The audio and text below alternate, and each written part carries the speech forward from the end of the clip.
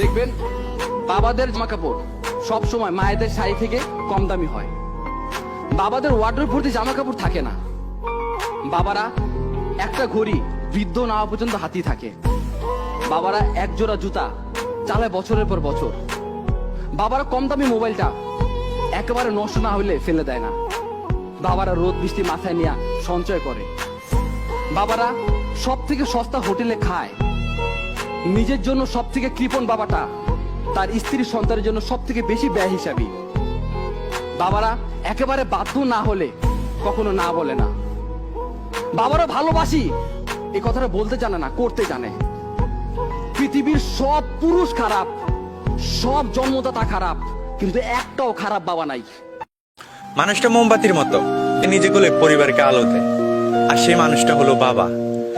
সন্তানের হাতে নতুন মোবাইল তুলে দিয়ে যে নিজে পুরাতন মোবাইল ইউজ করে।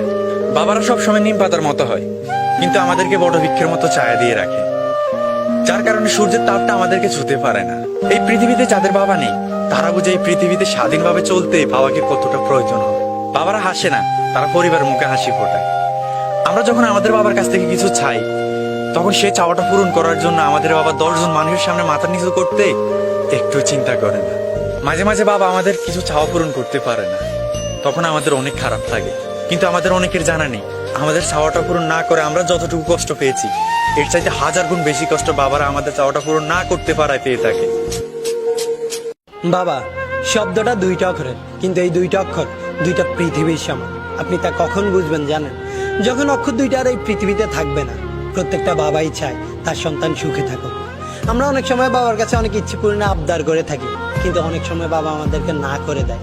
তখন আমরা হয়তো ভাবি আমাদের বাবা আমাদেরকে ভালোবাসে না, কিন্তু আপনি হয়তো জানেন না আপনাকে না করে দেওয়ার কারণে আপনি যতটা কষ্ট পেয়েছেন তার চাইতে 1000 গুণ বেশি কষ্ট বাবার হৃদয়টাকে ক্ষত বিক্ষত করে দেয়। আমাদের মা হয়তো তার ভালোবাসাটা প্রকাশ করতে পারে, মুখে বলতে পারে ভালোবাসি, কিন্তু বাবা তার ভালোবাসাটা প্রকাশ করতে পারে না, শুধু নীরবে ভালোবাসতে জানে। জীবনের এই চলার পথে আমরা আমাদের বাবাকে অনেক বেশি ভালোবেসে ফেলি। আমরা তা কখন বুঝতে পারি জানেন? বাবা মারা যাওয়ার পর। আমরা হয়তো আমাদের মাকে অনেকবারই বলেছি ভালোবাসি মা, কিন্তু বাবাকে হয়তো এখন একবারও বলে হওয়া ওঠেনি ভালোবাসি বাবা। আশেপাশে খোঁজ নিয়ে দেখেন যাদের বাবা মারা গেছে তারা এখন 1000টা ইচ্ছে করলেও বলতে পারে না ভালোবাসি বাবা। তাই মৃত্যুর পর নয়, মৃত্যুর আগেই বাবাকে ভালোবাসার কথাটি জানিয়ে দিন।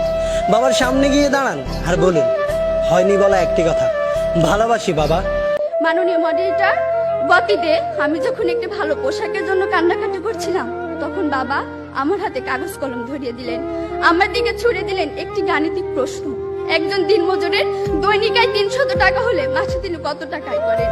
মাননীয় মডারেটর, মুখে মুখে বাবাকে জবাব দিলাম 9000 টাকা। বাবা আমার কাঁধে হাত রাখলেন, চুলের মাঝে হালতো বিলে কেটে বললেন, মারে তোর এই বাবা হাই স্কুলে শিক্ষক হিসেবে মাসে 8000 টাকা বেতন পায়। আমি কোনো প্রশ্ন করতে পারিনি বাবাকে, লজ্জায় বাবার মাথাটা নিচু হয়েছিল।